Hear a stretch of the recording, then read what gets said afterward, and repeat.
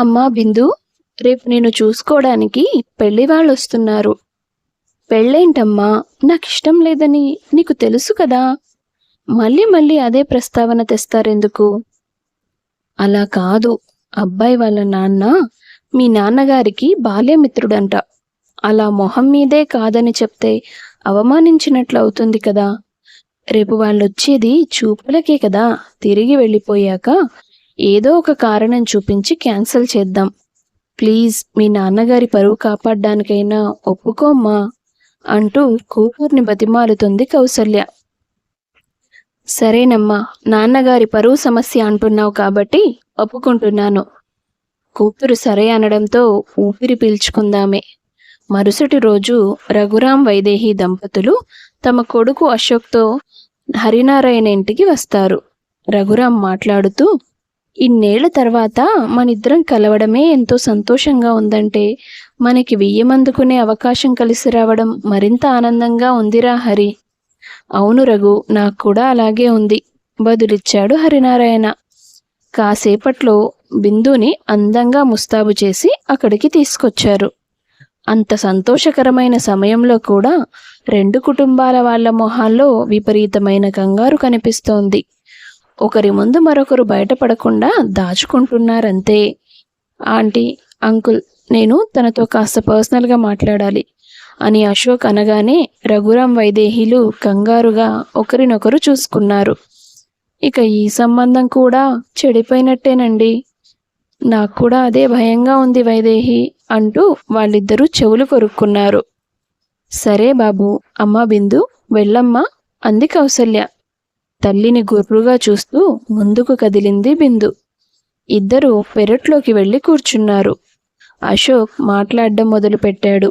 బిందు, మీ పేరు చక్కగా ఉంది, మీరు కూడా బాగున్నారు. మీకు నేను నచ్చానా లేదా అని అడగడానికి నేను మీతో మాట్లాడాలని చెప్పలేదు. నాకు ఈ పెళ్ళిష్టం లేదు అని అశోక్ అనగానే బిందు మొహం తారాజువ్వలా వెలిగిపోయింది. హమ్మయ్య, నేను నో చెప్పే అవసరం లేకుండానే ఈ సంబంధం చెడిపోతుంది అనుకుని అప్పటిదాకా ఉన్న కంగారుని మనసులో నుంచి తీసేసి ధైర్యంగా స్వేచ్ఛగా కూర్చుంది. ఎందుకిష్టం లేదని అడగరా? ఎందుకైతే నాకెందుకు అనుకుంది ఆమె మనసులో. కానీ పైకలా అనలేక ఏదైనా సమస్య అని అడిగింది నెమ్మదిగా. నాకు 6 ఏళ్ల కూతురుంది, పేరు ఆరాధ్య. అదేంటి, మీకు ముందే పెళ్ళైందా? కాదు, ఆరాధ్య మా అన్నయ్య కూతురు. మా అన్నయ్య రోహిణి అనే అమ్మాయిని ప్రేమించి పెద్దవాళ్ళని ఎదిరించి పెళ్లి చేసుకున్నాడు. నెమ్మదిగా మా ఇంట్లో వాళ్ళు అన్నయ్యను తన భార్యను క్షమించి ఇంటికి తీసుకొచ్చారు. తర్వాత సంవత్సరానికి ఆరాధ్య పుట్టింది. తను పుట్టిన 2 నెలలకే మా అన్నయ్య చనిపోయాడు. పుట్టెడు దుఃఖంలో ఉన్న మా కుటుంబాన్ని పలకరించడానికి రాకపోగా తమ కూతుర్ని తమతో పాటు తీసుకెళ్ళిపోతామని గొడవ చేశారు రోహిణి వాళ్ళ అమ్మా నాన్నలు. ఆరాధ్యని వెంట తీసుకెళ్తే తమ కూతురికి మరో మంచి జీవితం ఇవ్వడం కష్టమైపోతుందని మా ఇంట్లోనే వదిలేశారు. అప్పటి నుండి పాపను నేను నా కూతురుగా పెంచుకుంటున్నాను. నేను ఒకవేళ పెళ్లి చేసుకున్నా కూడా పిల్లల్ని కావాలనుకోవడం లేదు. ఈ జన్మకి ఆరాధ్యే నా కూతురు, నా సర్వస్వం. మీరు నిజంగా గ్రేట్ అశోక్ గారు. మీ అన్నయ్య కూతురు కోసం మీకు వారసులు వద్దనుకుంటున్నారు. అవును, నాకు మాత్రమే వద్దనుకుంటున్నాను. ప్రపంచంలో ఏ అమ్మాయి తల్లి కావాలని కోరుకోదు చెప్పండి? నా పెళ్లి జరిగితే నాకొచ్చే భార్యకి ఆ అదృష్టం దక్కదు. నా కారణంగా తనెందుకు అమ్మయ్యే అదృష్టాన్ని పోగొట్టుకోవాలి చెప్పండి? అందుకే నాకు పెళ్లి చేసుకోవడం ఇష్టం లేదు. మా వాళ్ళు వద్దన్నా వినకుండా బలవంతంగా నన్ను ఇక్కడికి తీసుకొచ్చారు. దయచేసి మీరు వాళ్ళని ఏమీ అనొద్దు. మీకు కూడా ఇష్టం లేదని చెప్పండి చాలు.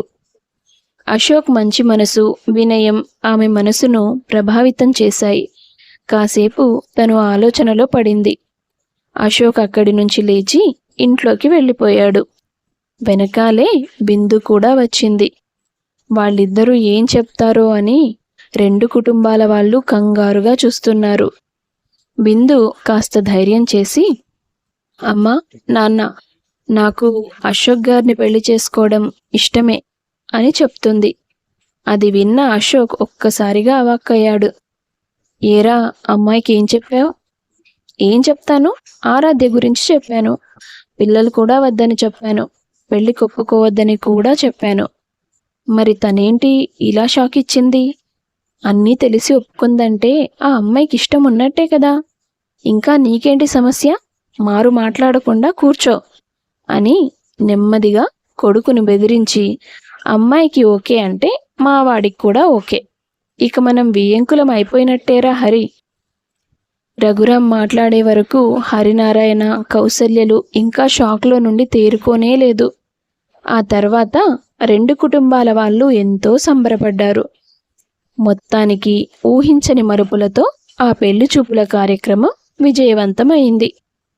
2 రోజుల తర్వాత అశోక్ బిందుకు ఫోన్ చేసి, ఏంటండి అలా చెప్పారు?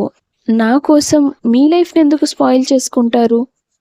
చూడండి, పిల్లలు పుట్టాలా లేదా అన్న నిర్ణయం దేవుడు తీసుకుంటాడు. మన చేతిలో ఏముండదు. అన్నయ్య కూతురు కోసం మీ జీవితాన్ని పణంగా పెడుతున్నారు. అంత ప్రేమించే గుణం ఉన్న మనిషిని ఏ అమ్మాయి వదులుకుంటుంది? మన పెళ్లి తర్వాత ఆరాధ్యే మన కూతురు. మన పెళ్ళిళ్ళ గురించి నేను ఆలోచించను, మీరు కూడా ఆలోచించొద్దు. మీకు పర్సనల్గా నేను నచ్చలేదంటే చెప్పండి. ఈ పెళ్లి మాటలు ఇక్కడితోనే ఆపేద్దాం. అయ్యో, మీకేం తక్కువ బిందు గారు, మిమ్మల్ని ఎవరు కాదనగలరు?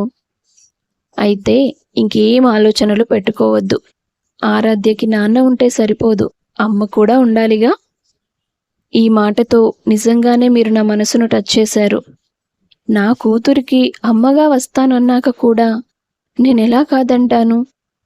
అలా ఇద్దరూ ఒకరినొకరు అర్థం చేసుకుని ఇష్టపడి పెళ్లి చేసుకుంటారు. పెళ్ళైన మరుసటి రోజు ఆరాధ్య బిందు దగ్గరికి వెళ్ళి, డాడీ చెప్పాడు నువ్వు మా అమ్మవని. నిజంగానే నువ్వు మా అమ్మవా? అవును తల్లి, నిజంగానే నేను మీ అమ్మని. మరి ఇన్ని రోజులు నా కోసం ఎందుకు రాలేదు? అమ్మకి రావాలనే ఉందమ్మా, కానీ నేనొక చిన్న తప్పు చేశాను. అందుకే నీ బుజ్జి తల్లి ఆరాధ్యకి 6 ఏళ్ళు వచ్చేదాకా నువ్వు తన దగ్గరికి వెళ్ళకూడదని దేవుడు నాకు పనిష్మెంట్ ఇచ్చాడు. ఇప్పుడు నీకు 6 ఏళ్ళు దాటిపోయాయి కదా, అందుకే నేను వచ్చేసాను. అయితే ఇంకెప్పుడు వెళ్ళవుగా? అస్సలు వెళ్ళను, ప్రామిస్ అని బిందు తనకి మాట ఇవ్వగానే ఆరాధ్య థ్యాంక్స్ అమ్మా అంటూ బిందుని గట్టిగా హత్తుకుంటుంది. ఆ రోజు నుండి అశోక్, బిందు, ఆరాధ్య ముగ్గురు ఎంతో సంతోషంగా కాలం గడుపుతూ వస్తారు. నాన్నతో పాటు అమ్మ ప్రేమ కూడా దొరికినందుకు బిందు అంతకు ముందు కన్నా ఎక్కువే ఆనందంగా ఉంటుంది. ఓ రోజు రాత్రి పాప నిద్రపోయిన తర్వాత అశోక్, మనం ఎంత జాగ్రత్తగా ఉన్నా కూడా పిల్లలు పుట్టకుండా ఆపడం కష్టమైన పని కదా. నిన్ను ఆపరేషన్ చేయించుకోమనే హక్కు నాకు లేదు కాబట్టి నేనే భవిష్యత్తులో పిల్లలు కలగకుండా ఆపరేషన్ చేయించుకుందాం అనుకుంటున్నాను. ఛా, ఏం మాట్లాడుతున్నారండి? అయినా ఇదంతా ఎందుకు ఆలోచిస్తున్నారు? కాదు, అనుకోకుండా ఒకవేళ నువ్వు ప్రెగ్నెంట్ అయితే కడుపులోకి వచ్చిన బిడ్డని మనం కాదని అబార్షన్ చేయించుకుంటామా? అలాంటి పరిస్థితి రాదు, కానీ సైలెంట్గా నిద్రపోండి. అంత ఖచ్చితంగా ఎలా చెప్తున్నావు? నేను అమ్మాయిని కాబట్టి మా ఆడవాళ్ళకి కొన్ని విషయాల మీద మీకన్నా ఎక్కువగా అవగాహన ఉంటుంది. ఆరాధ్య కాకుండా మనకి ఎప్పటికీ పిల్లలు ఉండరు, అంతే. పిచ్చి పిచ్చిగా మాట్లాడడం మానేసి నిద్రపోయింది ఇకనైనా. బిందు, రోజూ నిద్రపోతున్నాం కదా, ఇవాళ ఒక్కరోజు జాగారం చేద్దాం, ఏమంటావ్? హెహే, అవునా? కొంచెం కూడా సిగ్గులేదు మీకు. మీరిలాగే అనవసరమైన మాటలు మాట్లాడుతూ నా నిద్ర పాడు చేస్తే పాపని నిద్రలేపిస్తాను, జాగ్రత్త. ఏం అక్కర్లేదులే అంటూ మూతి ముడుచుకొని పక్కకు తిరిగి పడుకున్నాడు అశోక్. తనలో తానే ముసిముసిగా నవ్వుతూ నిద్రపోయింది బిందు. భార్యాభర్తలుగా, అమ్మా నాన్నలుగా పరిపూర్ణ సంతోషాలు అనుభవిస్తున్న వాళ్ళ జీవితంలోకి ఒక కోర్టు నోటీస్ తుఫానులాగా వచ్చింది. ఆ నోటీస్ ఓపెన్ చేసి చదివిన అశోక్ ఒక్కసారిగా మూగబోయాడు. ఏంటండి ఆ నోటీసు? ఇలా ఇవ్వండి అంటూ తీసుకున్న బిందు ఆ నోటీస్ని పూర్తిగా చదివి కన్నీళ్లు పెట్టుకుంటుంది. రఘురాం వైదేహీలు, ఏమైందమ్మా, ఏముందా నోటీస్లో? తన కూతుర్ని మనం బలవంతంగా మన దగ్గర ఉంచేసుకున్నామని, ఇప్పటికైనా తిరిగి తనకు అప్పగించాలని రోహిణి అక్క కోర్టు ద్వారా నోటీస్ పంపింది మామయ్య గారు. ఏంటి, మనం బలవంతంగా పాపను లాక్కున్నామా? బిడ్డ ఉంటే తన జీవితానికి అడ్డని వదిలేసి వెళ్ళిపోయింది కదా ఆ రోజు. ఏం మొహం పెట్టుకొని మళ్ళీ బిడ్డ కోసం నోటీస్ పంపించింది అంది వైదేహి. కొద్ది రోజులు ఆ విషయం మీద చాలా గొడవ జరిగింది. ఆఖరికి పాప రోహిణి దగ్గరే ఉండాలని కోర్టు తీర్పిచ్చింది. దాంతో విందు, అశోక్ ఇద్దరూ కుప్పకూలిపోయారు. మా జీవితాలకి, ఈ ఇంటికి ఉన్న వెలుగు ఆరాధ్య కదత్తయ్య. దేవుడికి మా సంతోషాలను చూసి అంతగా కన్ను కొట్టిందా? ఎందుకు పాపని మాకు దూరం చేశాడు అంటూ చాలా బాధపడింది విందు. ఆ తీర్పు తర్వాత అశోక్ జీవం లేని మనిషిలా అయిపోయాడు. ప్రాణంగా పెంచుకున్న కూతుర్ని తన వదిన అలా లాక్కెళ్ళిపోతుంటే ఏమీ చేయలేకపోయిన తన నిస్సహాయతకి తనని తాను నిందించుకుంటూ ఎన్నో నిద్రలేని రాత్రులు గడిపాడతను. నెలలు గడుస్తున్నా కొడుకు కోలుకోకపోవడంతో అశోక్ తల్లిదండ్రులు బిందుతో, అమ్మ బిందు, ఆరాధ్యని తిరిగి తీసుకొచ్చే శక్తి ఇక మనకు లేదు. తను లేని లోటును తీర్చగలిగే అవకాశం నీ చేతుల్లోనే ఉందమ్మా. ఏమంటున్నారత్తయ్య? అవును బిందు, మీరిన్నాళ్ళు ఆరాధ్య కోసం పిల్లలొద్దనుకున్నారు. కానీ ఈ ఇంట్లో మళ్ళీ ఒక పసిబిడ్డ నవ్వులు, కేరింతలు వినిపిస్తేనే మా కొడుకు మామూలు మనిషి అవుతాడు. పసిపిల్లల బోసి నవ్వులు ఎవ్వరి మనసులో అయినా సంతోషాన్ని నింపగలవు. నాన్న అనే పిలుపు లేకుండా వాడి జీవితం గడిచిపోవడం మాకు కూడా ఇష్టం లేదు. కాబట్టి మీరు చెప్పింది నాకు అర్థమైంది అత్తయ్య అని చెప్పేసి బిందు అక్కడి నుంచి మౌనంగా వెళ్ళిపోయింది. ఆ మరుసటి రోజు ఉదయాన్నే బిందు ఇంట్లో పనులేవీ చేయకుండానే బయటికి వెళ్ళిపోయింది. అశోక్ నిద్ర లేచాక అతని పక్కనే టేబుల్ మీద ఒక లెటర్ కనిపిస్తుంది. ఏవండి, నిన్న అత్తయ్య మామయ్య నన్ను ఒక కోరిక కోరారు, మనకంటూ పిల్లలుండాలని. కానీ ఆ కోరికను తీర్చే అవకాశం, అదృష్టం రెండూ నాకు లేవు. మీరు పిల్లలు వద్దని చెప్పిన తర్వాత కూడా నేనెందుకు పెళ్లి ఒప్పుకున్నానని మీరు చాలాసార్లు అడిగారు. అప్పుడు ఆ ప్రశ్నకి సమాధానం చెప్పడం అనవసరం కాబట్టి చెప్పలేదు. నిజానికి నాకు పిల్లలు పుట్టే యోగం లేదు. ఇది నాకు మన పెళ్లికి ముందే తెలుసు. కొన్ని సంవత్సరాల క్రితం కడుపు నొప్పితో హాస్పిటల్కి వెళ్ళినప్పుడు డాక్టర్ నాకు ఏదో సమస్య ఉందని చెప్పారు. ఆవిడ చెప్పిన దాంట్లో నాకు అర్థమైన విషయం ఒక్కటే, నాకెప్పటికీ పిల్లలు కలగరని. అందుకే నేను పెళ్లి చేసుకోకూడదనుకున్నాను. మీరు పెళ్లి చూపులకు వచ్చిన రోజు మీకు పెళ్లి ఇష్టం లేదని చెప్పగానే చాలా సంతోషపడ్డాను. కానీ మీరు ఆరాధ్య గురించి చెప్పిందంతా విన్నాక ఎటూ మీకు పిల్లలు వద్దనుకుంటున్నారు కాబట్టి నాతో పెళ్లి జరిగితే మీకు నష్టమేమీ ఉండదు కదా అని పెళ్లి కొప్పుకున్నాను. కానీ ఇప్పుడు మన ఇంట్లో పసిపిల్లల నవ్వుల అవసరం ఉంది. ఆ అవసరాన్ని నేను తీర్చలేను. కాబట్టి నా మాట మీద గౌరవం ఉంచి మీరు మరో పెళ్లి చేసుకోండి. ఇట్లు మీ బిందు. ఆ లెటర్ చదివిన తర్వాత చాలాసేపు మౌనంగా కూర్చున్నాడు అశోక్. తను ఖచ్చితంగా తన పుట్టింటికి వెళ్ళింటుందని వాళ్ళకి ఫోన్ చేసి మాట్లాడాడు. కానీ వాళ్ళ మాటల్లో బిందు అక్కడికి వెళ్ళలేదని అతనికి అర్థమైంది. వెంటనే తన తల్లిదండ్రుల దగ్గరికి వెళ్ళి విషయమంతా చెప్పాడు. ఎందుకమ్మా మీరు బిందుని పిల్లల గురించి అడిగారు? మీరలా అడగకపోయుంటే ఇవాళ తను ఇలాంటి నిర్ణయం తీసుకునేది కాదు కదా. తనకిలాంటి సమస్య ఉందని మీ అమ్మకి మాత్రం ఏం తెలుసురా? అసలు నీ మనసులో ఏముందో అది చెప్పు. ఇప్పటికే ఆరాధ్య దూరమై నేను నరకం చూస్తున్నాను నాన్న. నా భార్యను కూడా దూరం చేసుకొని నేను బ్రతకలేను. మాకు సంతోషంగా బతికే రాతలేదు. అందుకే మా కూతురు మాకు దూరమైంది. కానీ కష్టమో నష్టమో మేమిద్దరం కలిసే బ్రతుకుతాం నాన్న. తను నాలో సగం. నేనున్నంత వరకు నా భార్య నాతోనే ఉంటుంది, ఉండాలి. వారసుల్నివ్వలేని భార్య నాకెందుకని అనకుండా నా భార్యే నాకు ముఖ్యమన్నావు. నీ వ్యక్తిత్వం చూసి తల్లిదండ్రులుగా మేము చాలా గర్వపడుతున్నాం అశోక్.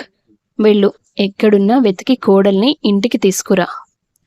తను అత్తయ్య వాళ్ళ ఇంటికి వెళ్ళలేదంటే ఈ ఊర్లోనే ఎక్కడో ఉంది అనుకుని తెలిసిన వాళ్ళ ఇళ్ళకి వెళ్ళి బిందు గురించి అడిగాడు అతను. ఎవ్వరూ తమకు తెలియదని చెప్పడంతో చుట్టుపక్కలున్న దేవాలయాలన్నింటికీ వెళ్ళి చూశాడు. కాసేపటి తర్వాత ఒక శివాలయంలో బిందు అతనికి కనిపించింది. ఆమె దగ్గరికి వెళ్ళి ఒక్క మాట వాళ్ళు పిల్లలు కావాలని అడిగినంత మాత్రాన ఇలా ఇల్లొదిలొచ్చేయడమేనా? ఏదైనా సమస్య ఉన్నప్పుడు ఇంట్లో వాళ్ళతో కలిసి కూర్చొని మాట్లాడడం తెలియదా నీకు?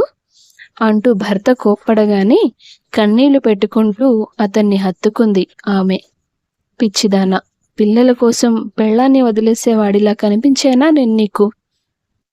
ఇప్పటికి నా మనసులో ఉన్న బాధ చాలు. నువ్వు కూడా పక్కన లేకపోతే నేను పిచ్చివాణ్ణైపోతాను. పద, ఇంటికెళ్దామని తనని తీసుకొని ఇంటికి వెళ్తాడు. కొద్ది రోజులు గడుస్తాయి. ఊహించని విధంగా ఓ రోజు రోహిణి ఆరాధ్యతో సహా అశోక్ వాళ్ళ ఇంటికి వస్తుంది. బిందు, అశోక్లు ఆరాధ్యను చూడగానే పరిగెత్తుకుంటూ వెళ్ళి తనని హత్తుకొని కన్నీళ్లు పెట్టుకుంటారు. ఏమ్మా, చేసింది చాలదా? మళ్ళీ ఎందుకు ఈ గడప తొక్కావ్? అంటూ ఆమెపై విరుచుకుపడింది వైదేహి. నేను ఆరాధ్యని మీకు అప్పగించడానికి వచ్చాను అని రోహిణి అనడంతో, మళ్ళీ ఇదొక కొత్త నాటకమా? అపురూపంగా పెంచుకున్న నా కూతుర్ని మాకు దూరం చేసి మా అందరి మనసుల్ని గాయం చేసిందే కాకుండా మళ్ళీ ఇంకోసారి ఏడిపించాలని వచ్చావా? అన్నాడు అశోక్. లేదు అశోక్, పాప మీద ప్రేమ లేక నేను తనని వదిలి వెళ్ళలేదు. మా వాళ్ళని మరోసారి బాధ పెట్టడం ఇష్టం లేక వెళ్ళిపోయాను. సంవత్సరం క్రితం నాకు పెళ్లి సంబంధం వచ్చింది. నా గురించి అన్ని విషయాలు తెలిసి పెళ్లి చేసుకోవడానికి ముందుకొచ్చాడు సురేష్. ఒకవేళ పాప మీతో ఉన్నా కూడా మిమ్మల్ని పెళ్లి చేసుకోవడానికి నాకు ఎలాంటి సమస్య లేదని చెప్పాడు నాతో. అందుకే మీతో పోరాడి మరీ నేను ఎంతో సంతోషంగా నా కూతుర్ని తీసుకెళ్ళిపోయాను. కానీ ఇప్పుడు మాకొక బాబు పుట్టాడు. బాబు పుట్టిన దగ్గర నుంచి ఆయన ఆరాధ్యని చాలా తక్కువ చేసి చూస్తున్నాడు.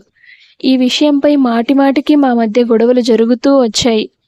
పాపను మా అమ్మా నాన్నల దగ్గరికి పంపించేయమని నా మీద ఒత్తిడి తీసుకొచ్చాడు. లేదంటే బాబుని లాక్కొని నన్ను గెంటేస్తానంటూ బెదిరించడం మొదలుపెట్టాడు. నాకేం చేయాలో తోచలేదు. పాపకి అమ్మా నాన్నల ప్రేమని మేం కూడా ఇవ్వగలమనే నమ్మకంతో తీసుకెళ్లాను. కానీ దానికి నేను ఉన్న సంతోషాల్ని కూడా దూరం చేశానని ఈ మధ్య నాకు అర్థమైంది. నాకెలాగో అతనితో కలిసి ఉండడం తప్పదు. ఇక శాశ్వతంగా పాప మీతోనే ఉంటుంది. కావాలంటే నేను అదే మాటను అగ్రిమెంట్గా రాసి మరీ ఇస్తాను. మీకంటే ఎక్కువ ప్రేమని నేను కూడా పాపకి పంచలేను. ఈ మాట ఎందుకంటున్నానంటే, నాతో వచ్చిన రోజు దగ్గర నుంచి ఈ రోజు వరకు తను నన్ను ఆంటీ అనే పిలుస్తోంది. ఎప్పటికైనా తన మనసు మారుతుందనుకున్నాను, కానీ చివరికి నేనే మనసు మార్చుకొని తనని మీకు అప్పగించే రోజు వచ్చింది. రోహిణి మాటలు విన్న అశోక్, బిందుల సంతోషానికి అవధుల్లేవు. మళ్ళీ తమ కూతుర్ని తమ ఇంటికి చేర్చినందుకు భగవంతునికి కృతజ్ఞతలు చెప్పుకున్నారు. అమ్మా, ఈసారి నేనే ఏదో తప్పు చేశాను కదా, అందుకే దేవుడు నన్నే నీకు దూరంగా ఆంటీ దగ్గరికి పంపించాడు కదా అని ఆరాధ్య బిందుని అమాయకంగా అడగడంతో ఆమెకు దుఃఖం పొంగుకొచ్చింది. దేవుడు నిన్ను నా బిడ్డగా ఎప్పుడో నిర్ణయించేశాడు తల్లి. అందుకే తిరిగి నా దగ్గరికే పంపించాడు. ఇక నువ్వు, నాన్న, నేను ఎప్పటికీ కలిసే ఉంటాం. ఎవ్వరూ మనల్ని విడదీయలేరు. తల్లి చెప్పిన మాటలతో ఆరాధ్య మనసులో ఉన్న దిగులంతా పోయింది. సంతోషంగా బిందు అశోక్ల చెయ్యి పట్టుకొని ఐ లవ్ యూ అమ్మా, ఐ లవ్ యూ నాన్న అని చెప్తుంది. అలా అసలు పిల్లలు పుట్టరని పెళ్లి చేసుకోకుండా ఉన్న బిందు, ఆరాధ్య తప్ప మరో బిడ్డ అక్కర్లేదని పెళ్లి చేసుకోకూడదనుకున్న అశోక్, ఇద్దరి జీవితాల్ని దేవుడు ముడివేసిందే కాకుండా వారిద్దరికీ ప్రాణమైపోయిన ఆరాధ్యను కూడా మళ్ళీ వారికి వరంగా ఇచ్చాడు. ఆరాధ్య రాకతో ఆ కుటుంబం మళ్ళీ సంతోషాల పొదరిల్లుగా వెలసిల్లింది. కథ నచ్చితే వీడియో లైక్ చేయండి. తప్పకుండా ఛానల్ను సబ్స్క్రైబ్ చేసుకోండి. మీ అభిప్రాయాన్ని కామెంట్ రూపంలో తెలియపరచండి. అందరికీ ధన్యవాదాలు.